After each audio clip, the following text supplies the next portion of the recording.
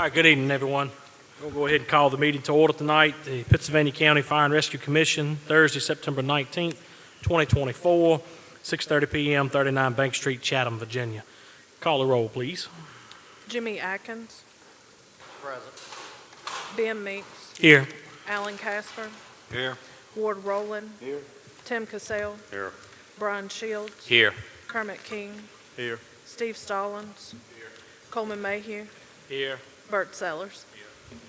All right, if you all would, we'll observe a moment of silence.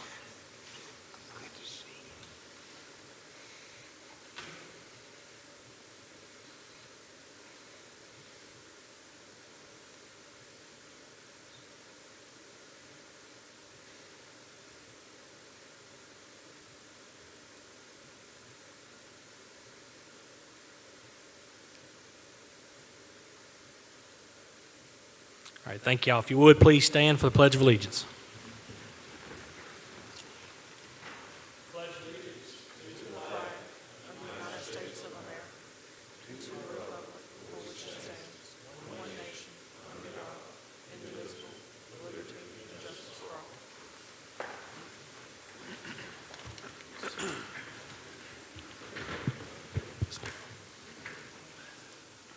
All right, that brings us down to item 5, any additions or revisions to the agenda. Just take a moment, look over your agenda.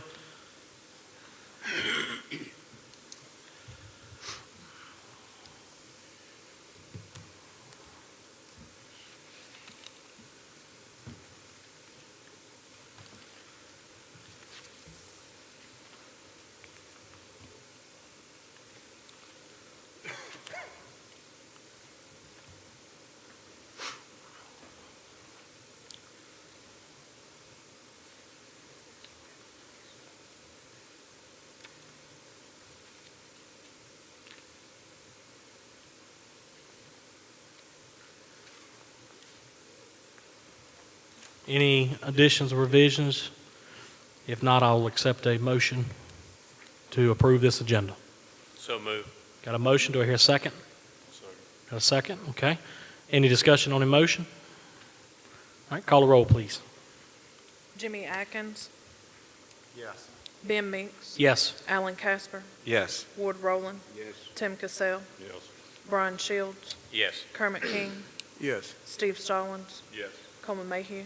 Yes. Bert Sellers. All right, thank you, gentlemen. That motion carries. Brings us down to item 7, minutes approval. We did not have a meeting last month. We didn't have any new business, so this will be the minutes from July, and they'll be in your packet. Just take a moment to review those, and then we'll take a motion to approve them.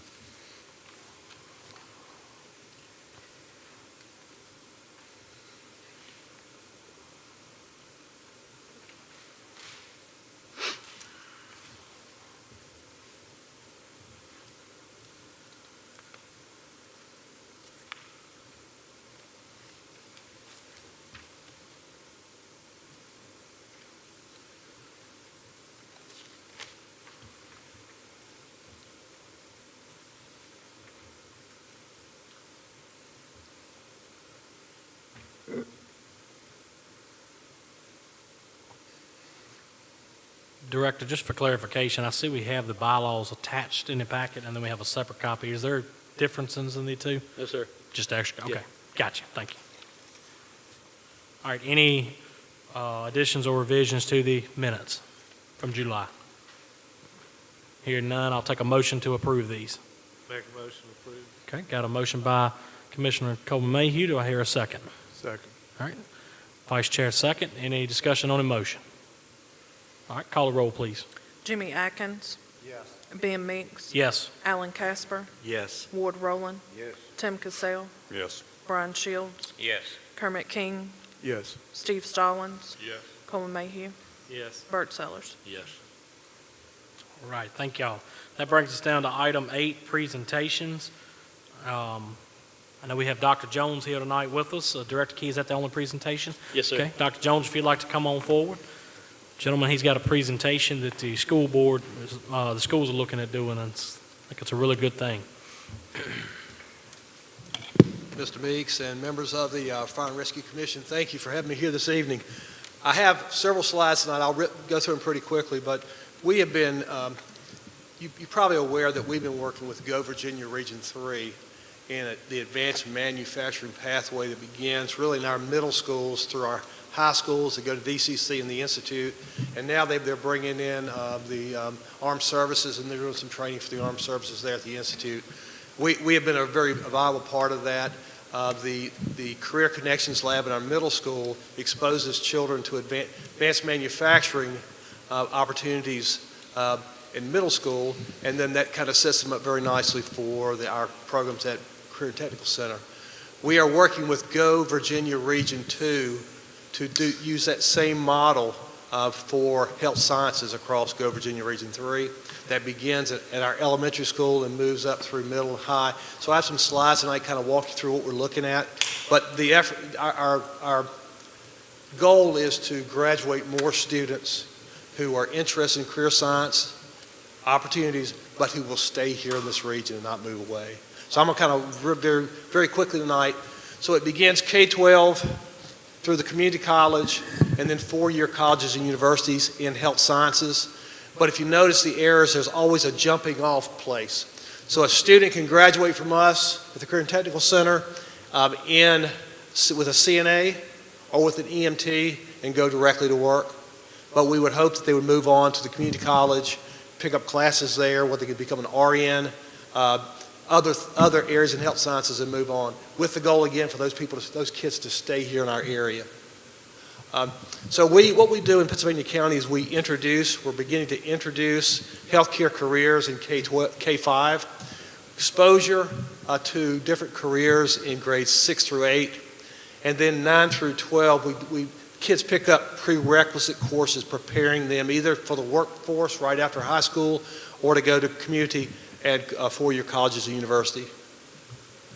So what we've done in the elementary school is the Claude Moore Foundation has provided 1,000 copies of this book that shares the experience of a young person who has hurt themselves on a slide and the book walks them through their experience with a rescue squad, with first responders picking them up, rescue squad taking them to the hospital, with intake, with a lot of evaluations through doctor and then casting, all along sharing with them the different roles that people play in healthcare. So we're going to read this to our 3rd, 4th, and 5th graders as book studies in our elementary classrooms. The book also talks about what the child needs to do to prepare for careers in health sciences, the different classes they should take. All in all is to build awareness early. I think we all can remember talking about wanting to be a fireman, a policeman when we were 5, 6, and 7 early in our lives. And sometimes it sticks with us. That's our hope here, is that this will stick with children, and that will kind of pique an interest in them as they move through their careers in middle and high school. Go to the next one there. Then in our middle schools, our children begin exposure through a Career Connections Lab. We have in our middle schools a exploratory rotation where students can take ag, they can take PE, they can take art, family consumer sciences, music. We've also plugged this in where students are required to take a Career Connections Lab where it exposes kids to particularly advanced manufacturing. That was the first push, but also health sciences opportunities. And these are some things that they do. These are the focuses in those labs. If you look at the bottom, health sciences is there. Students in health sciences in the middle schools, they use microscopes, they use stethoscopes, they do some types of evaluations, exposure. But the big thing that they do, all 7th and 8th graders are required to develop a career and academic plan. And we use a product called Major Clarity. And Major Clarity allows students to go through a program that exposes them to careers and looks at careers, and then it also surveys them on their interest. So kind of matches their interests with the career opportunities. And then at the end of that, they do a report on the careers that they've chosen. So with that, we think that we'll have a good number of students interested in careers in health sciences. So in 9th and 10th grade, last year we began our Health Sciences Academy, and Advanced Manufacturing Academy for 9th and 10th grade students. Those students travel from the base high schools to the STEM Academy. 9th graders go in the morning, so we will have Tunstall and Dan River coming the first semester in the morning, 9th graders. Second semester, we'll have Chatham and Gretna students coming in the morning, 9th graders, and then just the opposite, our 10th graders come in the afternoon, the same rotation. And those students can be enrolled in the Health Sciences Academy or the Advanced Manufacturing Academy. And up on the slide here, we have what the courses are that the students will take. In 9th grade, they'll take Intro to Health and Medical Sciences and Environmental Science the first year. Second year, they take Medical Terminology and Biology. This is just a list of the opportunities there, and I won't go through this, very small. But again, the courses align with what they're going to need to know in 11th and 12th grade, and also prepares them for community college and four-year colleges and universities. And these are some possible careers that they would matriculate to after graduation.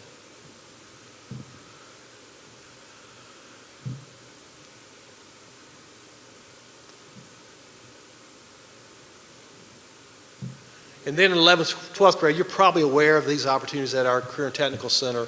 We have available EMT class, and we have available our CNA class. Big issue that we're having is finding instructors, finding teachers to teach these classes. And we greatly appreciate the work that you all have done to help us out with that. We've kind of put some things together this year to help us with that, so thank you all for doing that. It's quite a partnership. And I tell you, our students love it. We appreciate all that you guys do. I think they're doing some rides with you all as well, so it's very good. So thank you for that. That's kind of in a nutshell what we're doing. Final big task is to align our classes at the high school with the classes at DCC, so students can pick up dual enrollment classes. Classes they'll earn a high school credit and a college credit while they're in high school. So we're in the process. This is kind of an overlap of the curriculum offered at the high school versus what they need to have for college. So we're doing that right now. Our goal is to have this in place by 2027. And at that time, we'll have our full pathway mapped out. And then this is what we've done. This is what our directors have done to articulate this. The first column there is a column that has the college credit required, and the middle column there is what we have, and then the far column is what we have in place right now that would match up. So we've got a lot of blanks over on the far right that we need to fill up, and we're going to do that this year and then next year for full implementation in 26, 27. Again, our biggest hurdle we feel like is going to be finding instructors who it's really a cut and pay to come and teach. So we're hoping a lot of times we get retirees who want to do something different, or just someone who wants a job change for a while. And it's in that job, on-the-job experience is very important for the students. They get, I think, a really well-rounded education when they hear from people who've actually been out in the field and done these jobs. And so this is kind of the final model. We talked about that. Again, we want to have an articulated path from K-12 through community college, through the four-year colleges and university. And at all points, students can jump off and enter into a career. And I think that's and this is what's available at our community college. This is kind of out of my ballpark, but I kind of include it because right now these are the programs that are available at our community colleges in this region. The DCC, Southside Virginia Community College, and Patrick and Henry Community College, and those are the classes that are available. Going through that pretty quickly this evening. Any questions that you have for me? Any questions for Dr. Jones? I appreciate all that you do for us, the service that you provide for our schools, and also the partnerships that we have. So thank you. And thank you for this I opportunity. have one question. Yes, sir. Is this a program, and maybe I got behind at the beginning, is this something that you've already implemented or something you're planning on implementing? It's something that we have probably 90% of this implemented. 90%? 90% of it implemented. We've implemented it from elementary, middle, 9th and 10th grade, and high school. At the Career Tech Center, we have some of the dual enrollment classes, but what we have to build it out is all the additional dual enrollment classes at the high school so that when children leave us, they have some college credit in specific areas. Right now, we get about probably a third of what they need right now. How's your participation from your students coming? Are they interested in it? Very much so, yes, sir. Our 9th and 10th grade, yes, sir, they are. Years ago, some people here can remember, they had distributive education in high schools where kids had jobs that helped them get credits on their high school credits to graduate.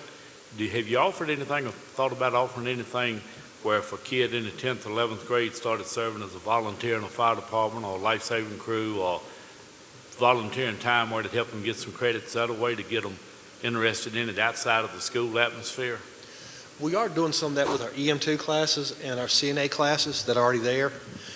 That is a push from the State Department to allow students to do more and more internship. From the State Department of Education. Okay. To push more and more internship opportunities for kids. So that is a push. We're rural, and finding those organizations and businesses, I think, is going to be a hurdle for us in providing transportation. But those are things that our CTE people are working on. But that is a push from the State Department. Yes, sir. Well, thank you for what you're doing, because I'm sure it's going to help everybody here in this county and bigger than this county. Thank you. Thank you all. Wherever these kids go to, it'll help that neighborhood. Hopefully they'll stay here. I know that, but some of them get married and move on, and they'll. I have two of them that did that exactly, so that's what happens sometimes. So I just wanted to, did anybody else have anything for Dr. Jones? I just wanted to thank you for coming tonight. I watched this presentation that Dr. Jones gave to the school board this past month, and that's how me and him got to talking the other day on the phone, and so I thank you for coming on short notice. But I've seen this guy, the reason I invited him over, because it is a partnership that I think we need to definitely take serious and try to help you out on anything you need from us. Whether it's leaning on some of the board members for funding for any of these programs, we can try to talk about that. Or even, I talked to Chief Fowler with the association last night, and I brought this up at the association meeting. It's one of the biggest recruitment and retention things I've seen in a long time come in our county. Because you're directly dealing with healthcare here, and what better way to get a student ready for a healthcare field as a career than to be able to go to a volunteer agency and do actual real hands-on stuff. Most of all the departments in our county, we have 12 volunteer rescue squads or 11 volunteer rescue squads, and then we have the public safety department, all have junior membership programs. So something maybe I'd like to get to at a point is we partner with you all to help where we can, but also we're like a referral program. So when you have a kid on, East Gretna Road in Gretna, they be referred to Gretna Fire and Rescue to go there and be able to talk to us about coming on as a junior member, and they can apply what they're learning during the day at the VOTEC Center or at their actual grade schools to real life. And doing it in the back of an ambulance, and foster maybe a relationship there that they stay long term in the county and work, whether it's be a hospital close by or for public safety, but they also volunteering. And so it's a recruitment and retention tool, not only for the volunteers, but the public safety department. So I thought it was really important. We always are trying to research ideas of how do we get the leaders of tomorrow. And it's in every field, but this field as well. And we talk about it a lot here, Dr. Jones, about, how do we get the people to come out? Obviously, volunteering's down, even when you're paying people. The public safety director will tell you it's hard to get them to come work. This is a step I see is in the right direction of trying to maybe partnership. And so anything you need from us in the future, you have my number. You can come see us. Let the public safety director know. We would love to form a partnership there and encourage any kind of needs y'all have to be met, and that way we can hopefully get some of these kids into our agencies helping run, and it'll help them decide, do I really want to do this? It's in a classroom is great, but when you get out there and do it real life, it's, that, like you said, having an instructor that can give you the real hands-on experience. Well, what better way than to get in the back of a truck with a release provider and a crew and go run that call? So I think it's a good thing. Is anything else for Dr. Jones? Yes, sir. I definitely like what I'm hearing here, but also it would be nice to see, as this evolves, to see some opportunities for firefighter training, because like the Fire One classes and things like that, because while the medical discipline we desperately need, but that's not for everybody. And we need firefighters too, so. And I don't want to lengthen your meeting, but we passed a sales tax referendum a couple of years ago, and part of the plan was to expand the Career and Technical Center. We need more space out there for more programs. During the same time period, you all know inflation has hit us so I don't know that we're going to be able to get to that based upon the predictions as far as the sales tax revenue coming in, but that is on the list as far as expansion of some classrooms out there. So we do have some space. We're also looking at building trades. That's an area that we need to build out as well. So, but again, thank you all for having me tonight. Yeah. Any other questions for me? I just want to say all of it looks real good. One thing that I'm really glad to see is the medical terminology class in there. Anybody that's taken a National Registry exam lately, that is what the killer is medical terminology. So that if you can get that, you get the rest of it with a breeze. Well, I'm going to add a little more. We were looking at this a few years ago, and we thought we just had an LPN class. Well, Joni Hendricks was a teacher at the time. She says, no, the kids need to know medical terminology, and so that's where we began. So, Thank you, Dr. Thank Jones. you all very much. Have a great night. All right, that brings us down to hearing other citizens. Director Key, do we have anybody signed up? No one signed up, sir. All right. Brings us down to item 10, Fire and Rescue Association reports. Chief Fowler. Mr. Chairman, the only thing I had to report, Fire and Rescue Association met last night. We held our officers election. I'll be serving another year as the president of the Fire and Rescue Association, and Chief Maracas from Callens Fire is going to be the vice president, and Ms. Motley will stay as the secretary treasurer for us. Thank you, sir. Congratulations. That's all I have. Appreciate it. All right, that brings us down, I turned my packet. Brings us down to county staff reports. Director Key. Yes, sir. ATL funding from the state should be released to us this month. That's for your firefighting equipment and gear. The fire rescue study draft is in the process of being presented back to the county at this time. The mass casualty drill was August the 23rd. It was well attended by the fire and rescue members. I think we ended up with about 50 members there that had some very good training for the day with dealing with the active shooter mass casualty situation. So that was well attended. Fire Prevention Week is October the 6th through the 12th this year. This year's theme is smoke alarms, make them work for you. From the Public Safety Department, if any of the departments need assistance going around, showing the trucks or need help with presentations at the schools, let us know. We'd be happy to come out and assist any way we can. Reminder of the pre-hospital committee meeting, September the 24th at Sova Danville. We've got a Skywarn spotter class scheduled for September the 26th at the community center. Firefighter 2 class starts up September 26th. There's still some spots available if anybody's wanting to take it. We've got an incident safety officer class coming up October 12th and 13th. And a reminder of the radio PM work starting October the 21st. And that'll go for 3 weeks. Thank you, Director. That's all I got. Yes, sir. Any questions or comments for the Director? Just want to say thank you, Director Key, and all your staff, and Chief Fowler, and everybody that participated. I wasn't there, was working, but I heard the drill went really well, at least from the fire and rescue side. I was told y'all did a good job. So, and to have 50 people there, that's a good testament to, a response. So hopefully we'll never need to train him, but at least we got some experience. All right, brings us down to unfinished business. Any unfinished business items before we move to new business?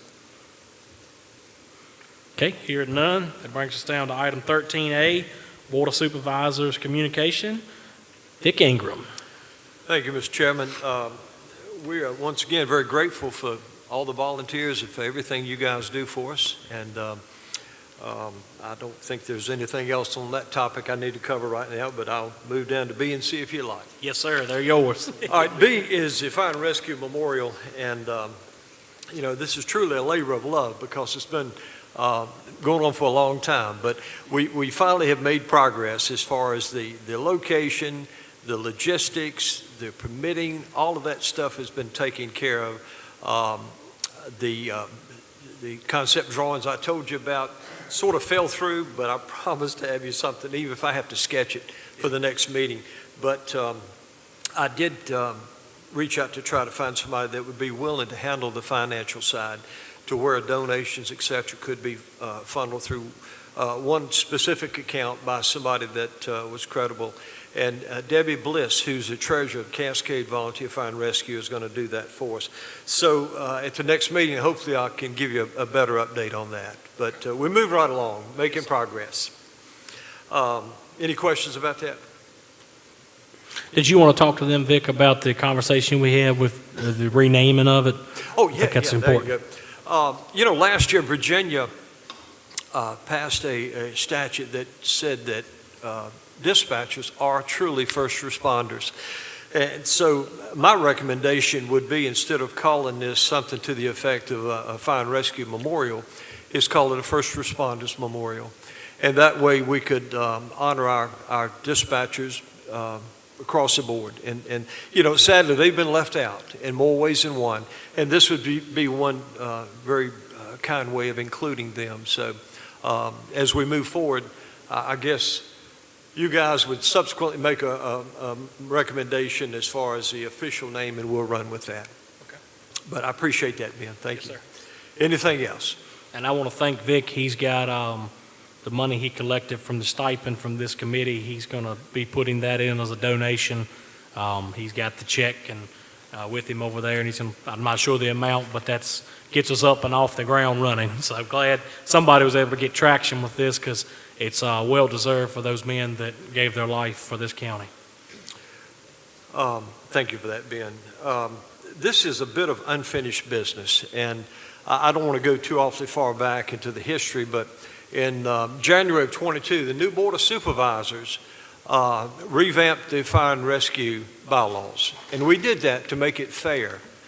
So by doing that, every supervisor had the pleasure of appointing one person to serve on the Fire and Rescue Commission.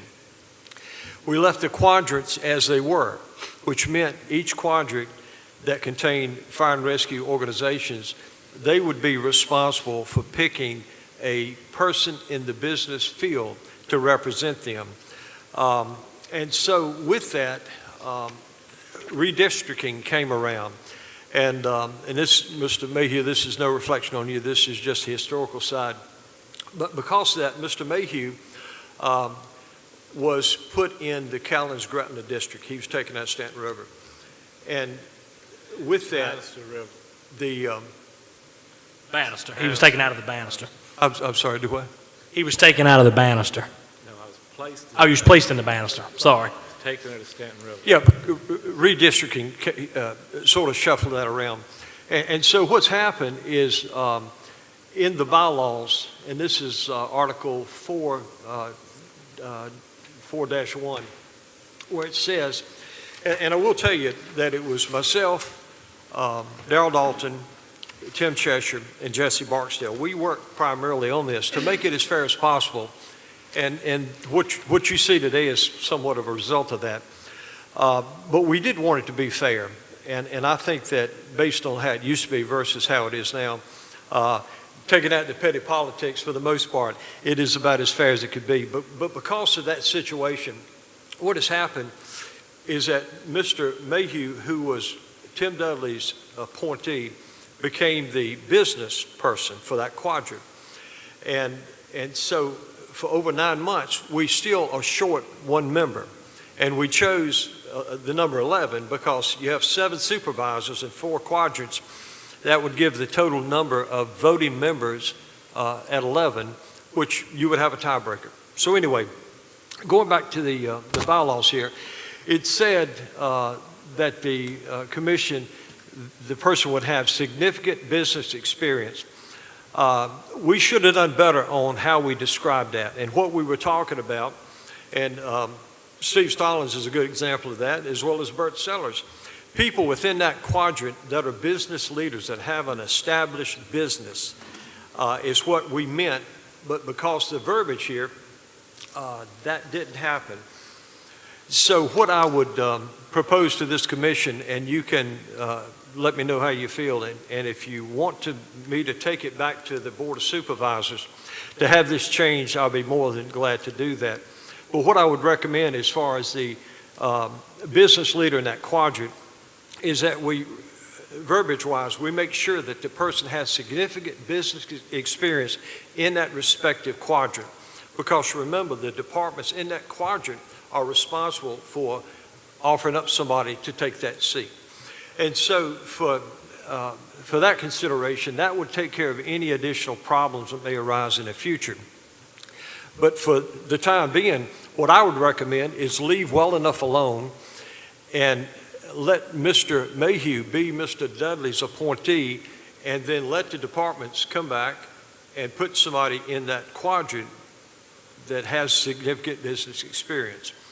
And also, if by some chance, and this refers to every one of us on the Board of Supervisors, if we fail to do that within, let's say, 60 or 90 days, you guys will fill that seat. Okay? These are just some suggestions, so tell me what you think.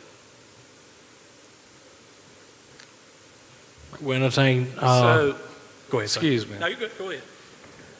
In essence, really what you're saying is not necessarily business experience, but a business owner.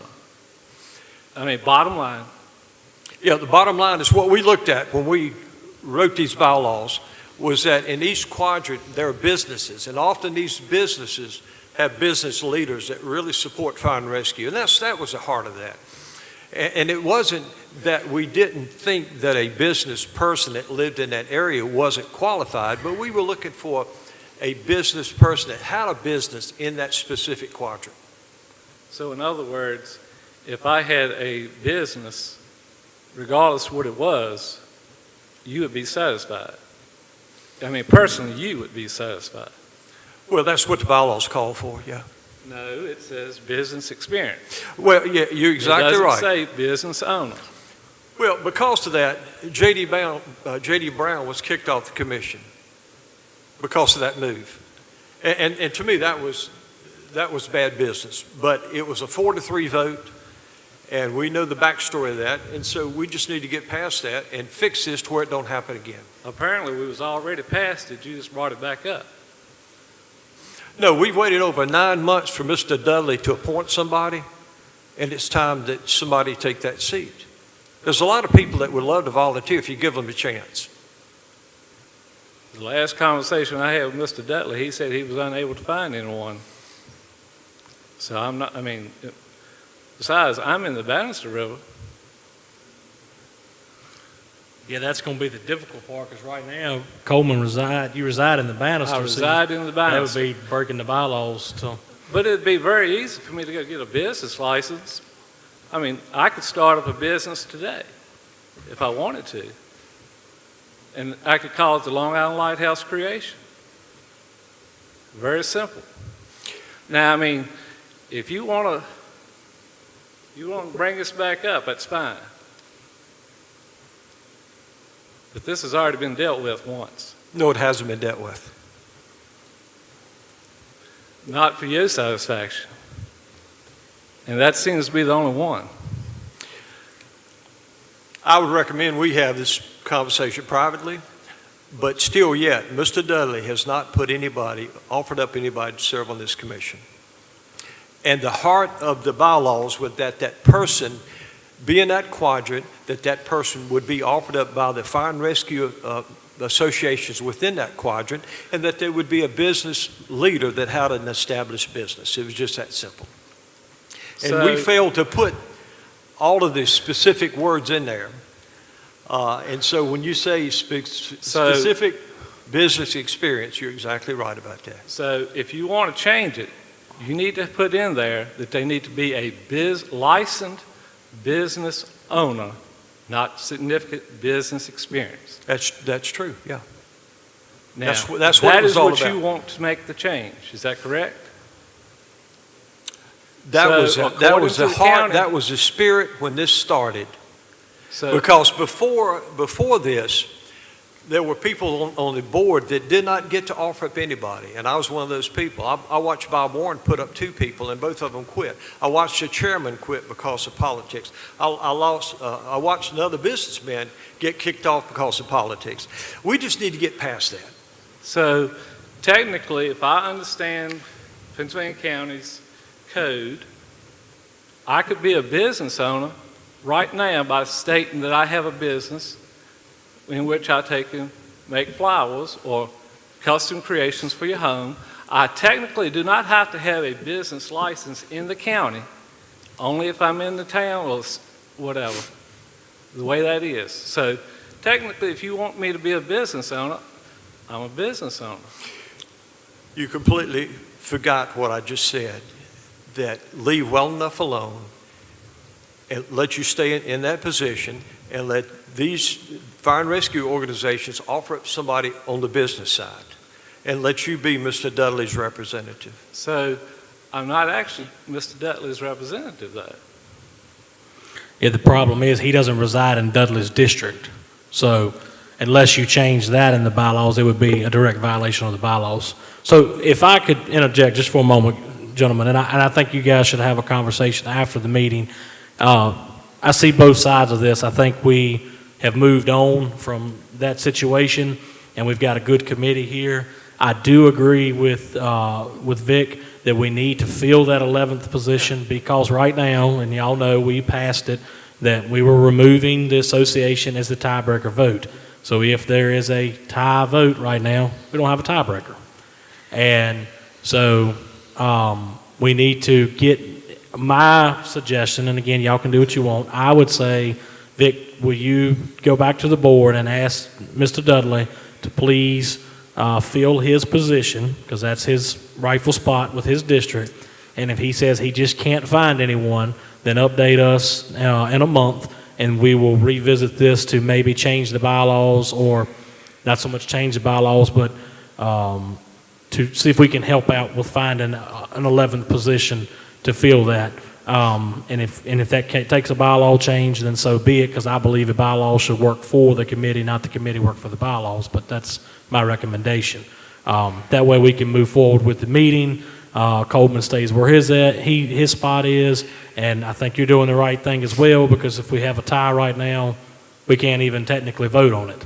Now, I don't know if the code revision committee or whatever they're called has met yet to update it, Chris, but that's what we had requested. Do you know if the legislative committee has met? That's what they call them? I don't think they have. Okay, because last time I talked to Vaden Hunt, we had a motion and a second, and we had sent it with a unanimous decision to remove the association as a voting member of this board, because they didn't have an actual vote. They just was a tiebreaker. And it didn't make no sense if you won't give them an actual vote all the time to make them a tiebreaker.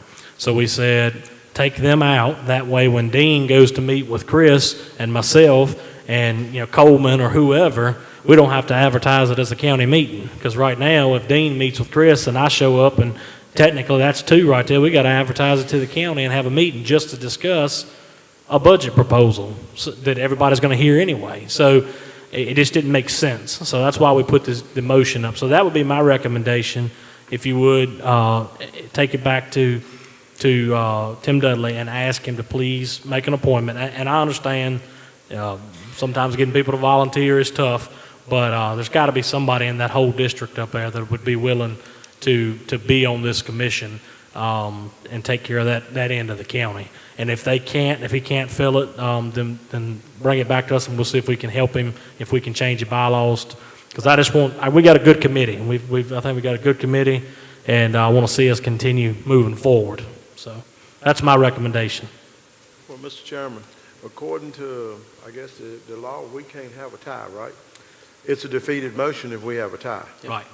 So there is no such thing as a tiebreaker. That is correct. But I think for all intents and purposes, all of your commissions and committees, even the Board of Supervisors, I mean, I know obviously that's based off districts, but it's 7 of them so that you always have a decision based upon the majority. Whereas if you have 10, you could have a 5 and 5, but how can you say the majority decided that? So, because it was a tie. Even though I get what you're saying completely, but the majority did not decide either way there. So it was a tie. So we need to fill the 11th position. Maybe we need to relook at how just make sure we're doing it the right way.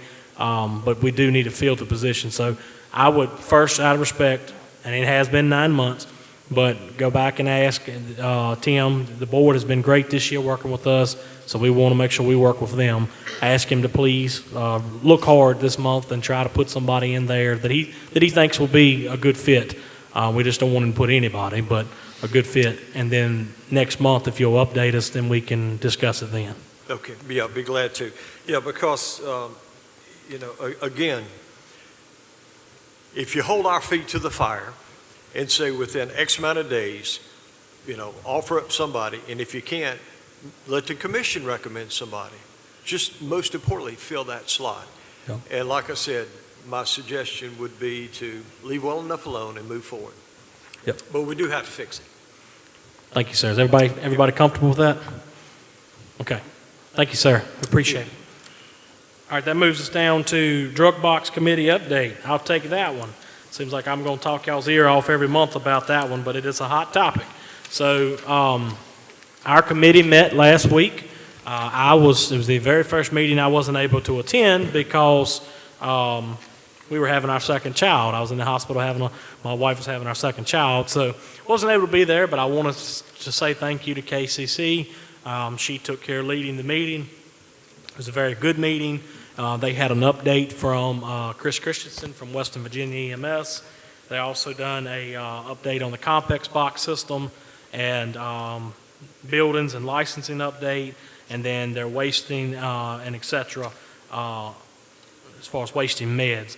To give everybody a quick rundown, we have 3 agencies already has all their licenses in place. I think they're just waiting on the DEA stuff to come through. Chris, y'all are still waiting on that, correct? But those 3 agencies are waiting on the DEA license to come through, and they'll be ready to roll. We have 3 agencies already scheduled for their inspections, and then once they're inspected, they'll be ready to roll. And then the other 6 agencies are in the process of scheduling their inspections and trying to get their rooms finished and whatnot. So I appreciate the departments for participating and working hard to get this done. It's been a really just a big endeavor. But I'll say last night, and I don't remember who it was, but somebody brought up, I think it was Chief Higgins, and he's sitting in the crowd, and I appreciate him being here. He said, it goes to show when we try to actually work together, like with this drug box change, everybody, for the most part, had a representative, can you talk, at every meeting, and they gave good input, and they worked together, and we've helped each other out of different departments. And so that's what we need to try to make sure we're doing to succeed into the future on all aspects of fire and rescue. So to give y'all a little update, the complex system, first, I don't think we've had a meeting since the board allocated that money. I wanted to thank the Board of Supervisors for seeing that need for us and meeting that need for us. We got that, it was $160,000 they allocated. It come out to be like 158 and some change that was used. All the complex systems were purchased for the county agencies. All the county agencies except for one has their equipment either installed or at least at their building and being installed soon. One of the last agency is getting theirs this week. I've already talked to them. I appreciate Compex and their salesman, Chris Lantazine. I'm probably murdered his last name, I'm sorry. But he's been great through the whole process. Any agencies out there that has any questions or concerns, problems, you can give Casey a call. You can give me a call. Chris will be great to talk to you. He's their sales rep. He'll answer the phone. He'll text you. He'll email you. He'll do everything but show up at your door at midnight. He's great. The tech support, all the information has been sent in for tech support for all the organizations. They had to send in 3 representatives from every agency that was going to oversee the tech support side of things. and all the agencies responded, gave us names that was sent in. I appreciate Casey putting that together and having that sent in. I do know Daniel, Kendrick, and Casey did sit down and program all the complex boxes for the county. Casey said it was a bit of a chore, but and Daniel's shaking his head yes back there. So I'm going to offer this, and if Daniel gets mad, I'll take the heat. But if you have any questions, I'm sure when he can, he'll be glad to try to help you out, and he's giving us a thumbs up. So Casey and Daniel both said they'll be glad to help you out if you have questions on setting up your systems. But as far as the commission is concerned, I just want y'all to know the board did approve it. The equipment was bought. It was expedited to get here. It's all but one set's been picked up, and most of it's being implemented and placed. So that was good. As far as regulations and whatnot goes, we did have a town hall update from the state. The governor signed the Board of Pharmacy emergency regulations, and they are now in full effect. That was done on August the 20th, and they're fully implemented. The one thing that we did find out from that update that was kind of a low, I ain't going to say low blow, it's the wrong word, that was difficult. It's going to be a little more difficult, but I think all our agencies will be able to meet it. They were hoping to waive the regulation of having to have an I or a P be your program administrator, which means an intermediate or medic to give that can give those narcotics to actually oversee the program. It was hopes that they were going to get that waived. Board of Pharmacy said no. So just so the commissioners and agencies understand, public safety, it has to be an intermediate or a paramedic to oversee the drug program at every agency. And some people say, well, how can an intermediate do it? Because unless you're giving paralytics, there is no drugs different than an intermediate and a paramedic can give. They give the same drugs. As far as our policy, we will have one motion tonight that I will bring up that we're going to read into, or not read into, but we're going to ask to be added to SOP policy countywide, and this is for the volunteers. So when our committee started meeting, one of the big things we had to work on was policy. You have to send in a policy manual, basically, that's going to oversee your whole program from the time you receive the med to the time the med is either given or destroyed through reverse distribution. What happens if it's lost, there's a diversion, whatever. What happens, if this scenario, that scenario. It's got to be laid out, and that has to be submitted when you file for your license. So Casey wrote a very good document for the county that the county is using, and then I wrote a document and then for Gretna Fire and Rescue, and then we brought it to the committee, and the committee was able to vet that and put in what they wanted. And so we have a full document, and it's attached in your packet. You'll see that Chris wanted a copy, the only one I had that actually has our information, but just scratch Gretna Fire and Rescue and plug in whoever, Bachelor's Hall or whoever you want to. This is the policy that will be an SOP for all of our county agencies to use going forward. Now, what our committee did agree on was they could use this one or public safety's policy. So if that makes sense, Chris has already signed that in as a policy for them. This is the volunteer policy, but some of the agencies had already started, basically took what Casey had and ran with it. Some was taking what I come up with, and we vetted and ran with it. Both of them mirror each other. If you laid them side by side, they would almost be identical verbiage. They both, in the gist, meet the needs, say the same thing, and they both have already been used to obtain license and be signed off by OMD, so we know they're good. So I'm going to bring a motion here in just a few minutes. I'm going to finish updating you all, and then I'll bring a motion for this commission to accept this policy as the volunteer agency's policy. And what that allows us to do is when these inspectors come out, so when you file your license, they contact you within 2 weeks. They set a date to come inspect. They come to the building, and they do a full inspection to make sure that you've met all the requirements. And what that allows them to do when we say our whole county has agreed on this one policy, Every agency you go to, volunteer is going to have the same verbiage. It just makes it easier because everything's continuity there, and that investigators or inspectors still going to do their job, but it just gives them a little bit of sense there. It may not be as difficult to inspect. So we'll bring that up in a moment. Western Virginia EMS has been approved for their Board of Pharmacy controlled substance license, schedules 2 through 6. So if we have any agencies, for whatever reason, that does not meet the deadline, which is November the 12th, if you don't think you're going to meet that deadline, Chris Christensen, which is our area rep, said contact him right now.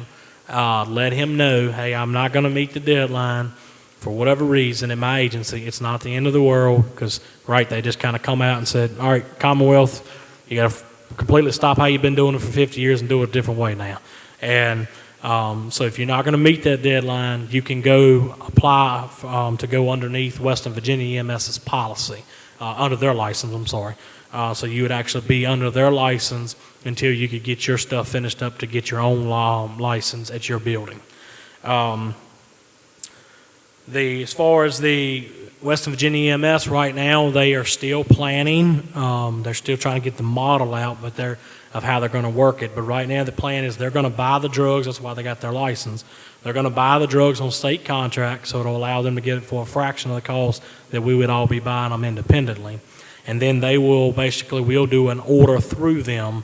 We'll contact Chris or whoever the rep and say, hey, I need X amount of fentanyl, Versed, ketamine, whatever, at Gretna. And then once a week, there will be a pickup. We can either go to the Western Virginia EMS office and pick up our medications for the individual that's overseeing the program, or there'll be like a once a week meeting place here in the county. They're going to try to, like a central localized, probably like Chatham, we'd be able to meet them and pick up our meds. And that's all in policy for them to be able to be transported and how that would work as well. That's the plan there. As far as wasting, Central Hospitals has agreed to allow us to waste medications at their building, which is a huge expense cost cutter for us at our agencies. So we don't have to buy wasting containers now to have to put the meds in. Central's going to take care of that for us. As far as the agencies on the south end of the county, I haven't heard an update from SOVA yet. Have you, Chris? No, sir. Hopefully we'll hear something next week at the pre-hospital meeting. I know there was supposed to be a meeting. I heard Chris Christensen's supposed to be going down there to meet with them directly, and then the director told y'all they're having they're having a pre-hospital care meeting. I do know that it's supposed to come up that night to see what SOVA's plan is as well. Hopefully SOVA's going to get on board and take care of that, so it'll be one less expense that we're going to have to come out, because we are taking them a lot of business.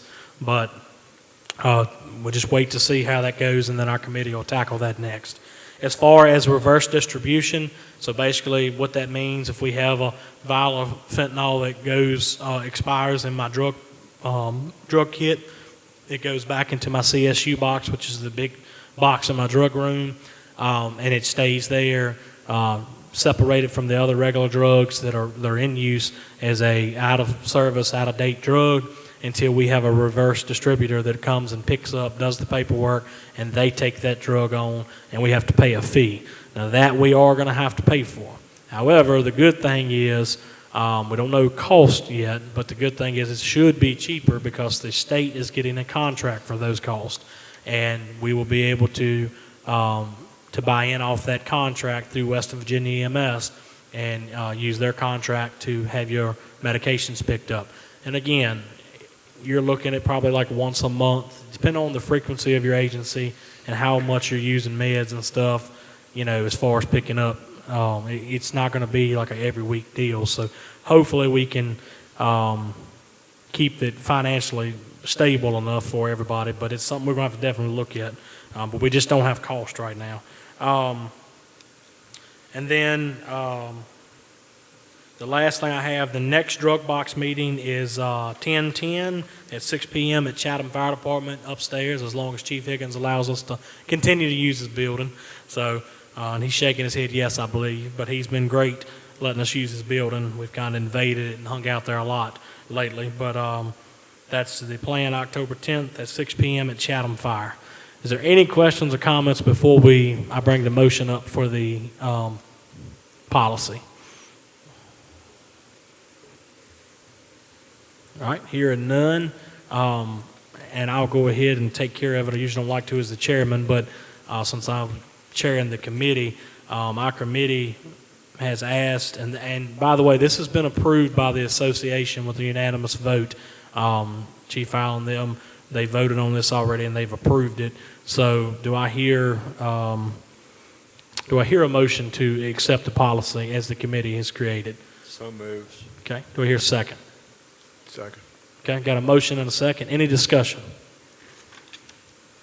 Okay, and just to clarify, this motion is to accept it so that Chris Key can put it in as a countywide SOG for all the agencies to adhere to. All right, so hearing no comments, call the roll, please. Jimmy Atkins, Yes. Ben Meeks, Yes. Alan Casper, Yes. Ward Rowland, Yes. Tim Cassell, Yes. Brian Shields, Yes. Kermit King, Yes. Steve Stallings, Yes. Coleman Mayhew, Yes. Bert Sellers. All right. Thank you, gentlemen. All right, that brings us down to item E, budget discussion. So that's listed as me, but I'm going to get the director to help jump on board with me. But real quick, before we get into the budget conversation, it's that time of year again. I wanted to let you all know we got an email today from the Office of EMS. Wonderful, another thing they're going to put on us. Starting in 2025, the Office of EMS has provided agencies with state EMS patient care since 2011, and is currently under contract with ESO and Image Trend to continue this free service until July of 2025. As we have discovered, this is financially unstable model for the future. Moving forward, the OEMS will only be providing a basic data repository and not a full patient care record. This repository will be in line with the requirements of the Code of Virginia, and it has the code listed. To enable us to do this, the Virginia Department of Health will be posting an RFP for a statewide EMS and trauma data repository with the goal of having the process completed by June 30th, 2025. As we navigate through the process, we'll have open and transparent communications. So I don't know exactly what all that's going to entail, but what I can tell you, it sounds like we're going to be paying for our own patient care reporting software going forward, i.e. ESO, Image Trend, whatever. I know Director Key has already instructed Casey to get him a quote, and something we really need to keep in mind, budget season, something we're going to have to probably add in there to talk to the board about, because we got to be able to do our patient care reports for many reasons. So, Director Key, you want to touch on the budget, though? Yes, sir. CIP requests have to be in by the middle of November. I know they said they was going to change it up a little bit this year, so that'll be a change in the process. But still we need to know all the CIP requests as they're needed. And along those lines, if anybody's putting in for an ambulance for next year, we'll need to know that ahead of time, so they need to be planning for it. The department requests will be by the end of December. That's usually the last week. And then the middle of January is when we meet with the Finance Committee for department requests. And then it sort of progresses along there. They don't have a timeline laid out yet, but just going off last year, the middle of March was when the county administrator recommended his budget, and then everything was brought up and approved at the middle of April. So that just gives you a rough timeline of what we got coming forward. We would like to try to get a committee formed so we can start the budget discussions to see what we need to present. So. Okay, I know we talked about it last night at the association level. They're going to be putting together a couple members. I told them I'd be glad for this body to represent the budget committee. Do we have anyone else that would like to sit on the committee?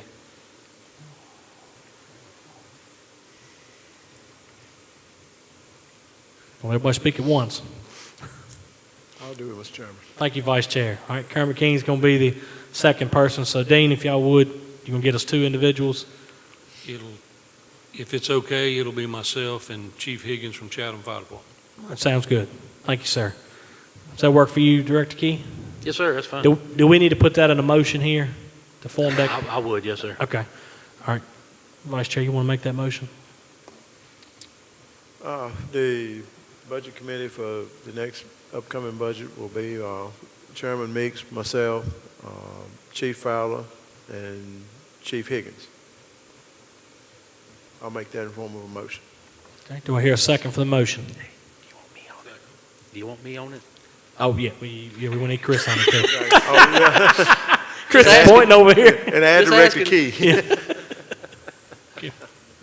Put Scott on it too, see if we can get him in. Chairman Meeks, Yes, sir.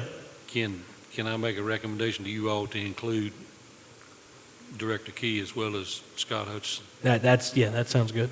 That's Vice fine. Chair, does that Yes, sound good? sir. I'll amend it to include Assistant Director Hutchison. Okay.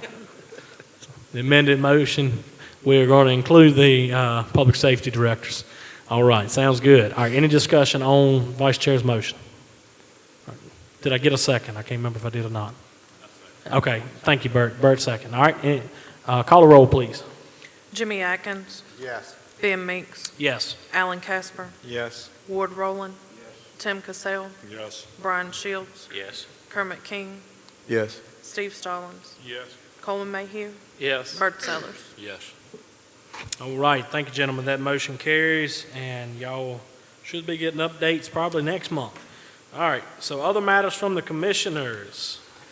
We're wrapping it up pretty quick. We're going to start over here, Director Key. Nothing to add, sir. All right. Glenna, got anything you want to add? We appreciate you as always. I know you get overlooked, but thank you for doing what you do. Mr. Ward Rowland. Well, the volunteers were shorthanded, I know, and y'all seem to be doing a great job. Thank you. Thank you, Thanks sir. a whole lot. We appreciate it.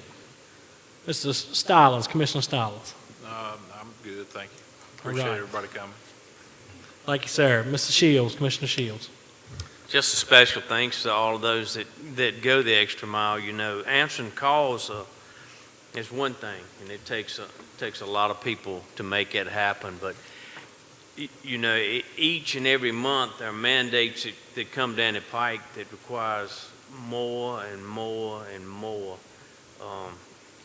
from the volunteers and to the public safety people. You know, so it doesn't go unnoticed. You know, I look at social media a lot with the calls throughout the county, and just I appreciate it a lot for all of those that make it happen each and every day, from the top all the way across. That starts, like I say, with the call to the dispatchers and to the fire departments, to the rescue squads. Just thank you. Thank you, sir. Appreciate that. Commissioner Cassell. I just got a couple of things.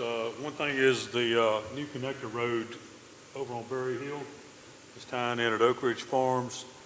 Is now, Berry Hill Road does not go straight anymore. You get to the end of Berry Hill Road where the connector road comes in, there is a detour onto the new road. The new road itself is not open all of the way through. It's just something that, you know, you kind of need to watch out for when you go that way. I'm kind of curious how our motor vehicle crashes are going to behave over there once they do open that road, because everybody's so used to it, because it's totally rerouted now. And I probably should have brought this up a little earlier. Has anything been done about this fire building? So we had a committee. No, we hadn't met any more on it since they've been working on this drug box issue. Okay. Most of the people was on that committee was on the drug box issue, so I talked to Chief Fowler, I think it was last week, and we talked about getting together again on it after, like now they've calmed this drug box thing down a little bit more, so hopefully we can get together in the next couple of weeks and look at it again. We're trying to tame that thing. All right, and I also got in touch with people that's in charge of trying to get businesses in here and everything too. Supposedly from now on, any kind of new business opportunity that is coming, maybe a definite coming into your district, they're going to get with the people, the fire chiefs and everything else to see what their needs are, instead of you finding it through social media or seeing a zoning sign for rezoning or something like that. So hopefully it's going to work out, because I worked with it for about a week trying to get that set up, so we'll see how it goes. Yeah, that'd be good. Thank you. Thank you, Mr. Cassell. Commissioner Mayhew. Nothing. Okay. All right, we'll go over here. Chief Fowler. Gentlemen, I had the opportunity to serve as incident commander at the active threat training at Unique Industries. And first of all, thank you to the industry for allowing us to come in and turn their day upside down. It's nothing like parking 8 ambulances in the way of the tractor trailers that are moving trailers in and out for business during the day. And they were nice enough to let us do that and didn't give us one bit of grief. So thanks to them. But the other thing I wanted to say is the dispatchers that participated in that, I know I do. A lot of times I forget what that role entails. I'm standing out there in the middle of the road and I'm yelling, get me that, get me this. And I know what they want to tell me, but they always tell me they're working on it and they get it pretty quickly. So just a shout out to the dispatchers. Thank you for what you do and thank you for what you put up with. Thank you, sir. Appreciate that. Dick Ingram. No, sir, I have nothing else, thank you. Thank you, sir. Commissioner Casper. Nothing. All right, thank you, sir. Commissioner Sellers. I'd like to thank Dr. Jones for coming tonight and what the school system is doing to support the recruitment efforts and the volunteer efforts in the county. Yep, I think it's a great thing. Thank you, sir. Commissioner Atkins. One thing I'd like to say is thank you to the Board of Supervisors for making the money happen for the complex boxes, because that was a big help to every organization that transports. The other thing is just like Commissioner Shields was talking about, I listen to the radio when I'm in the truck all the time, and the month of August, it was just unbelievable. Us with Ringgold, I think we was dispatched 141 times. We was in the middle 90% on answering the calls, but that's just us. But you listen to Brazil and other organizations that are out there making it happen. It doesn't make any difference which end of the county, which quadrant we're talking about. It's a load of individuals that make this happen. It's not just one person. It's some that you would like to see a little bit more, but it's a load of individuals that makes this happen. And a thank you to all of them. Thank you, sir. We appreciate that. Vice Chair Cameron King. Well, really, there's nothing to add. I think they've said it all, but like I said, all the ones that make it happen, like I said, sometimes we leave the dispatchers out, but like I said, they're the first line that gets us the call and gets us rolling every time. And we don't mean to leave them out. They are a bigger part of us as we are sitting in here. So like I said, to all the ones that make it happen, thank you. Thank you. And he brings it down to me. So I just wanted to say, I was talking to a colleague today, and they made a good point, and I don't mean this in any harsh way, but it's the only way I know to say it. It almost seems like the Office of EMS is going to bankrupt EMS in the Commonwealth of Virginia. I don't know how many, and this is no slight to the commissioners, but how many commissioners or anybody in the audience or anybody listening has went and priced an ambulance and priced a stretcher and an auto load system and priced oxygen each week or month rotation and all the other supplies you need, and then the people in there, and then the fuel for it, and the batteries and the tires and all that stuff. And then now you've got to pay for all these drugs that used to be supplied. And you've also got to have these systems put in, which we are so grateful that our Board of Supervisors, and I said it, I spoke at the last Board of Supervisors meeting, meeting before last, I didn't go to this last one, but the one before last. I truly think we've got a good board that cares about our fire and rescue, and I think they showed that with the increases across the board in funding last year, and they showed that with the money approved for the complex. That being said, we've got a uphill battle. You're looking at having to pay for all the drugs, pay for all the systems to house the drugs. I mean, I was doing a total for Supervisor Whittle. He was actually going to work with Danny Marshall on a project and look at maybe getting some funding somehow or another through the state. But I was giving him a total, and we're probably somewhere between $60,000 and $70,000, and that's not all the agencies. That's just the ones that have responded to me on total money they have put out of their pocket so far to meet these drug box demands. And then you add the $160,000 that the county has put in. And then you add whatever it was for the public safety staff, I think $40,000, $50,000, and what they had to do. And then we got to start buying those drugs. We haven't even bought the drugs yet, and all the license fees.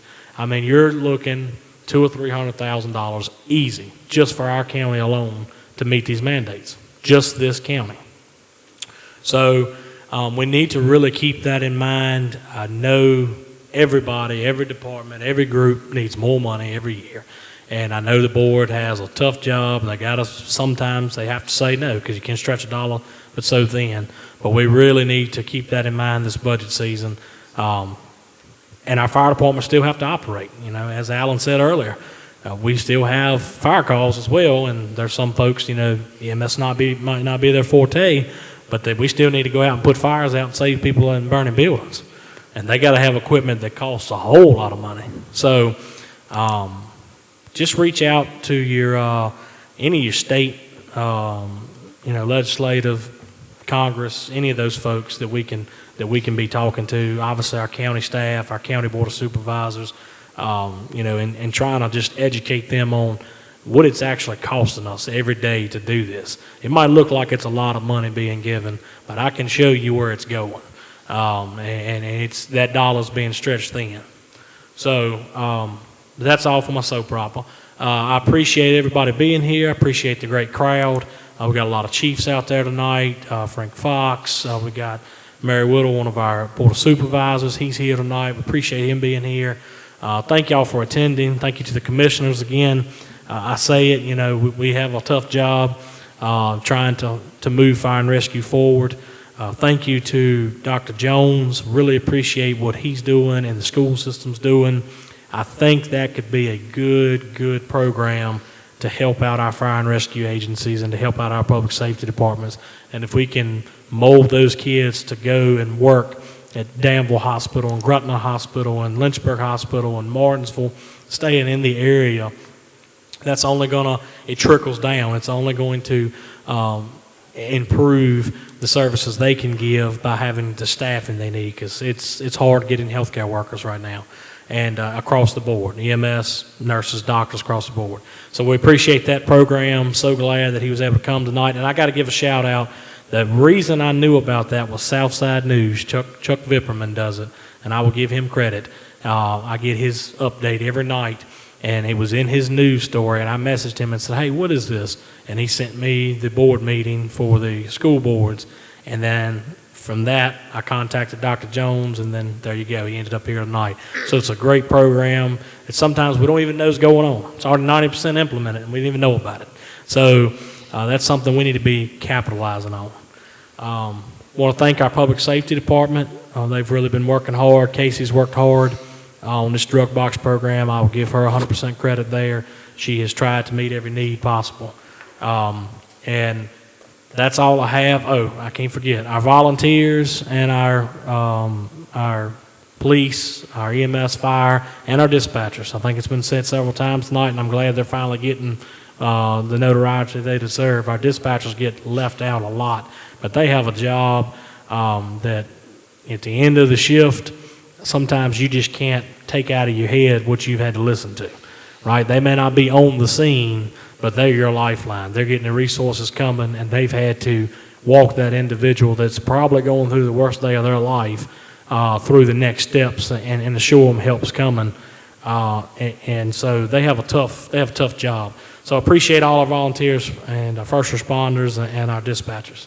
And with that, I think it was a great meeting. I'll take a motion to adjourn. So moved. Meeting's adjourned.